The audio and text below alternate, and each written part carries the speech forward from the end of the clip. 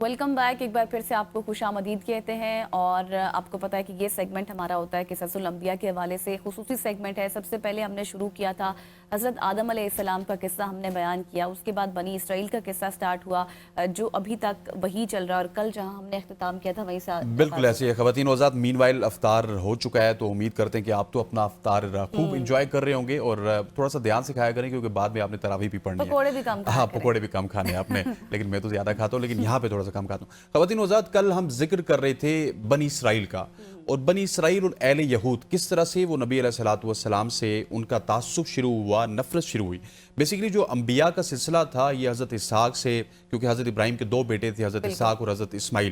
سو حضرت اسحاق کے جو بیٹے تھے یعقوب, اور یہ تمام جو سلسلہ ہے حضرت عیسیٰ تک یہ وہاں پہ چلتا رہا. اور شاید اہل یہود یہی سوچ رہے تھے کہ حضرت محمد صلی اللہ علیہ وسلم بھی بنی اسرائیل سے ہی ہوں گے, لیکن ایسا نہ ہوا. حضرت اسماعیل کی جو نسل ہے اس میں صرف ایک ہی نبی تھے, وہ حضرت محمد صلی اللہ علیہ وسلم تھے, لیکن حضرت اسحاق کی جو نسل ہے اس میں نبیوں کا سلسلہ جاری رہا.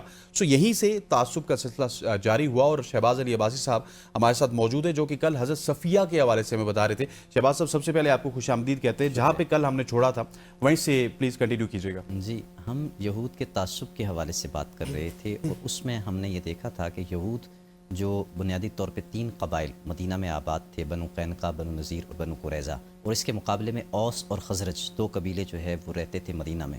یہ 5 قبائل وہاں آباد تھے. اب یہود اکثر کیا کرتے تھے, جب کبھی ان سے اوس اور خزرج سے ان کی لڑائی ہوتی تو وہ کہتے کہ ایک نبی آنے والا ہے, ٹھیک, جب وہ آ جائے گا تو ہم اس کی برکت سے کیا کریں گے, اللہ کے حضور دعا کریں گے اور تمہیں شکست خوردہ کر دیں گے, ٹھیک.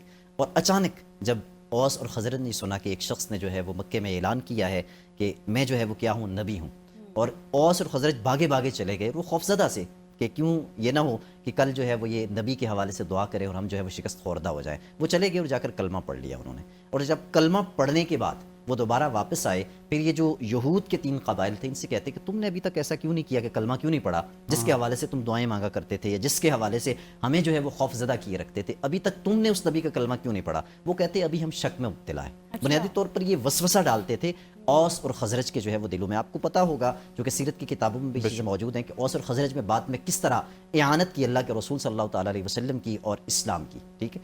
اب ہم یہاں سے تھوڑا سا آگے بڑھتے ہیں کہ حضرت صفیہ کے اوپر ہم نے چھوڑا تھا. ام المومنین حضرت صفیہ بنیادی طور پر رسول اللہ صلی اللہ علیہ وسلم کے حصے میں جو آئی تھیں, آپ نے اسلام نے ان سے نکاح فرمایا تھا, اور یہ مومنوں کی جو ہے وہ ماں ہیں. یہ بیسیکلی حی بن اخطب کی جو ہے وہ بیٹی تھی, اور ایک رئیس تھیں, خود بھی ایک رئیس خاندان سے تھیں. اب یہ کہتی ہیں کہ میرے والد جو بہت بڑے یہودی عالم تھے, اور میرے چچا یہ بھی بہت بڑے یہودی عالم تھے, کہتے ہیں کہ ایک دفعہ میرے والد کی ملاقات جناب رسول اللہ صلی اللہ تعالیٰ علیہ وسلم سے ہوئی. اب وہ ملاقات جب کر کے آئے اللہ کے رسول صلی اللہ تعالیٰ علیہ وسلم سے, گھر پہنچے تو میرے چچا کو کسی نے اطلاع دے دی کہ آپ کے بھائی کی جو ہے وہ ملاقات ہوئی ہے. کس سے, جناب رسول اللہ خاتم النبیین صلی اللہ تعالیٰ علیہ وسلم سے. وہ دوڑے دوڑے آئے. اب دونوں بھائیوں کے درمیان ایک مکالمہ شروع ہو گیا. چچا جو ہیں حضرت صفیہ کہتی ہیں کہ انہوں نے سوال کیا کہ ہے بھائی آپ کی ملاقات ہوئی ہے, ذرا بتائیے تو صحیح کہ وہ نشانیاں جو ہم نے سابقہ کتب میں پڑھی ہیں, یا جو کتب سماویہ کے اندر اللہ کے رسول صلی اللہ تعالیٰ علیہ وسلم کے حوالے سے لکھی گئی ہیں, وہ ساری آپ نے پائی اس کے اندر. حضرت صفیہ کے والد کہتے ہیں کہ ہاں جی, میں نے جو کچھ پڑھا تھا بعینی ہی وہی پایا. پھر اس سے انہوں نے دوسرا سوال کیا کہ آپ کیا سمجھتے ہیں کہ وہ اللہ کے آخری رسول وہی ہیں جن کے متعلق ہم کتابوں میں پڑھتے آئے ہیں؟ تو انہوں نے کہا بالکل واللہ وہی ہیں, اللہ کی قسم وہی اللہ کے رسول ہے. اب اس سے بات تھوڑی سی آگے بڑھی تو حضرت صفیہ کے والد سے جو ہے وہ چچا نے پوچھا, حضرت صفیہ کے چچا نے پوچھا کہ اب بتائیے آپ کا ایمان لانے کے متعلق کیا خیال ہے. تو اس کے جواب میں وہ کہتے کہ تم یہ جانتے ہو کہ نبوت کا سلسلہ جو ہے وہ بنو اسرائیل میں تھا, اب چونکہ نبوت جو ہے وہ منتقل ہو گئی ہے بنو اسماعیل کی طرف, لہٰذا نسبی تفاخر کی وجہ سے, نسبی اور نسلی جو ہے تعصب اس کی وجہ سے میں کبھی ایمان نہیں لاؤں گا یہاں تک کہ میں دنیا سے چلا جاؤں. حضرت صفیہ خود بیان کرتی ہیں, کہتی میں نے خود سنا. اب قرآن حکیم نے ایک اور واقعے کا جو ہے وہ نقشہ کھینچا اسی اعتبار سے. قرآن کہتا ہے من کان عدوا للہ وملائکتہ وجبریل ومیکال فإن اللہ عدو للکافرین. اب یہ جو یہودی تھی نا, ان کی جو ہے تعصب یا نفرت صرف رسول خدا صلی اللہ تعالیٰ علیہ وسلم سے نہیں تھی. ان کی نفرت جو ہے وہ یہاں تک بڑھ گئی کہ جناب جبریل علیہ السلام جو ہیں ان کو بھی جو ہے وہ اپنا دشمن گردانتے تھے. قرآن کہتا تھا, یہ لوگ کہتے تھے کہ جبریل تو ہمارا دشمن ہے, ٹھیک ہے. اب یہ واقعہ کیا ہے؟ واقعہ یہ ہے کہ ایک بہت بڑے یہودی عالم تھے جن کا نام تھا عبداللہ بن سوریہ. ٹھیک، وہ ایک دفعہ جناب رسالت مآب صلی اللہ تعالیٰ علیہ وسلم کی بارگاہ میں چلے گئے اور آپ علیہ السلام کی بارگاہ میں جا کر انہوں نے طرح طرح کے سوالات کیے. سب سے پہلے مہر نبوت کے متعلق آتا ہے کہ انہوں نے پوچھا جس مہر کے متعلق ہم پڑھتے آئے ہیں، پھر وہ نشانیاں جو نبی رحمت صلی اللہ تعالیٰ علیہ وسلم کی آمد کی وجہ سے جو ہے وہ ظاہر ہوں گی ان کے متعلق پوچھا، پھر پوچھا کہ آپ کے بنیادی مقاصد کیا ہیں. اس طرح کی بے شمار انہوں نے سوالات کیے اللہ کے رسول صلی اللہ تعالیٰ علیہ وسلم سے. اللہ کے رسول ہر سوال کا تسلی بخش دلائل کے ساتھ جواب دیتے جاتے اور وہ جواب سننے کے بعد اگلا سوال جو ہے وہ داغتے جاتے، یہاں تک کہ جب عبداللہ بن سوریہ جو ہے وہ سوالوں کے اعتبار سے لاجواب ہو گئے تو انہوں نے کہا اب میرا آخری سوال ہے جو میں آپ سے پوچھنا چاہتا ہوں. اللہ کے رسول نے کہا فرمائیے کیا پوچھنا چاہتے ہیں. عبداللہ بن سوریہ نے کہا کہ یا رسول اللہ یہ بتائیے کہ آپ کے اوپر آپ یہ کہتے ہیں کہ میرے اوپر وحی آتی ہے، یہ بتائیے وحی لے کر کون آتا ہے. اللہ کے رسول صلی اللہ تعالیٰ علیہ وسلم نے مثال کے طور پر تمثیلی اسلوب کو اپناتے ہوئے کہا کہ تم تو جانتے ہو کہ جو حضرت اسحاق کے پاس آتا تھا، جو حضرت یعقوب کے پاس آتا تھا، جو حضرت سلیمان کے پاس آتا تھا، جو حضرت داؤد کے پاس آتا تھا، جو حضرت موسیٰ کے پاس آتا تھا، جو حضرت عیسیٰ کے پاس آتا تھا، وہی جبریل میرے اوپر بھی جو ہے وہ کیا کرتا ہے، وہی لے کر آتا ہے. اب جب اس نے یہ سنا نا کہ یہ جبریل جو ہے وہی لے کر آتا ہے تو انہوں نے کہا جی جبریل کی تو ہم سے پرانی دشمنی ہے، یہ جب بھی کبھی آتا ہے ہمارے لیے کوئی مصیبت کوئی مشکل کھڑی کر دیتا ہے، کوئی نیا قانون لے کے آتا ہے، کوئی نیا عذاب لے کر آتا ہے. انہوں نے کہا کوئی نیا عذاب لے کر آتا ہے. اصل میں ہوتا وہ قانون تھا بیسیکلی اس نے اس دفعہ بھی یہی کیا ہے. اصلاً اس نے جو ہے وہ وہی لانی تھی کس کی طرف، بنو اسرائیل کی طرف یا بنی اسرائیل کی طرف، اور وہ لے کے کس کی طرف چلا گیا، بنو اسماعیل کی طرف چلا گیا. لہٰذا اگر آپ کے اوپر کوئی اور فرشتہ وہی لے کر آتا تو ہم کیا کرتے، آپ کے اوپر ایمان لے کر آتے. چونکہ جبریل جو ہے وہ وہی لے کر آئے ہیں اس وجہ سے ہم آپ کے اوپر جو ہے وہ کیا کریں گے، ایمان نہیں لائیں گے. یہ یہود کا تعصب تھا، یہ بنی اسرائیل جن کو آپ کہہ رہے ہیں ان کا تعصب تھا جو رسول رحمت صلی اللہ تعالیٰ علیہ وسلم کے ساتھ تھا. اور اس میں ایک اور چیز جو شامل ہو اور یہ تعصب آج تک چلا آ رہا ہے. جی چلا آ رہا ہے. 1400 سال گزر گئے، تعصب ادھر ہی ہے. ادھر ہی ہے. اس کے ساتھ انہوں نے ایک اور چیز شامل کی تھی، وہ کیا تھی، نسبی تفاخر، کہ ہمارے خاندان سے یہ چیز نکل کر کیوں چلی گئی ہے. اور ایک اور چیز جو یہاں سے نکلتی ہے وہ کیا ہے، حسد کا ایلیمنٹ.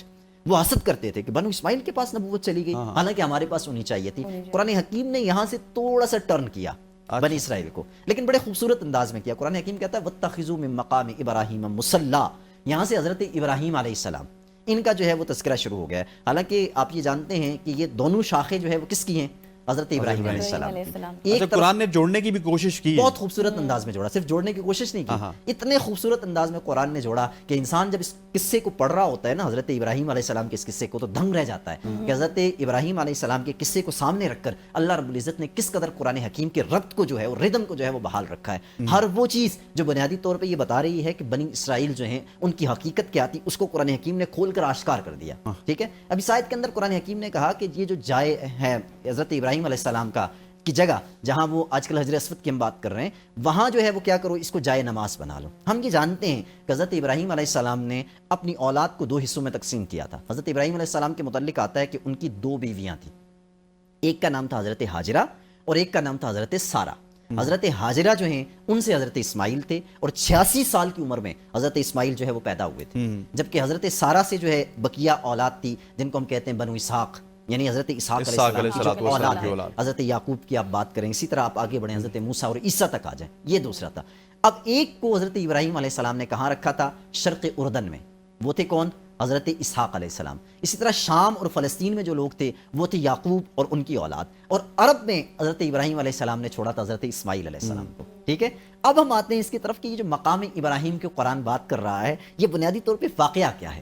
ٹھیک ہے. حضرت ابراہیم علیہ السلام کے متعلق آپ نے بارہا پڑھا بھی ہوگا اور سنا بھی ہوگا کہ ان کے متعلق یہ آتا ہے کہ یہ پہلے وہ ہیں جنہوں نے کیا کیا، کعبۃ اللہ شریف کی جو ہے وہ تعمیر کی. ٹھیک ہے. اب یہ جو آیہ مبارکہ ہے، جب مسلمان فتح مکہ کے وقت جو ہے مکہ کے اندر داخل ہوئے تو حضرت عمر رضی اللہ تعالی عنہ انہوں نے اس کی طرف اشارہ کر کے پوچھا اللہ کے رسول صلی اللہ تعالی علیہ وسلم سے کہ یا رسول اللہ کیا یہ وہی پتھر ہے جس کے اوپر حضرت ابراہیم علیہ السلام نے جو ہے وہ کھڑے ہو کر کعبۃ اللہ شریف کی تعمیر کی تھی؟ تو اللہ کے رسول نے فرمایا ہاں یہ وہی پتھر ہے. ٹھیک ہے. جب اللہ کے رسول نے ہاں فرمائی تو اس کے جواب میں یہ آیت نازل ہوئی اور آج تک آپ دیکھیں یہ قانون بن گیا کہ جو کوئی بھی کعبۃ اللہ شریف کا یا بیت اللہ شریف کا طواف کرتا ہے 7 چکر لگانے کے بعد مقام ابراہیم کے اوپر آ کر 2 رکعت نماز نفل ادا کرتا ہے، اگر وہ ایسا نہ کرے تو اس کا وہ طواف جو ہے وہ مکمل نہیں، عمرہ مکمل نہیں ہوتا، عمرے کا ایک یہ جز بن گیا. بلکہ آپ یہ کہیں، میں تو اکثر یہ کہتا ہوں کہ بنیادی طور پر یہ کیا ہے، یہ ہے ترانہ محبت. اللہ رب العزت کو جن لوگوں سے محبت تھی اللہ رب العزت نے قیامت تک ان کے نام کو جو ہے وہ کیا کیا، زندہ رکھا.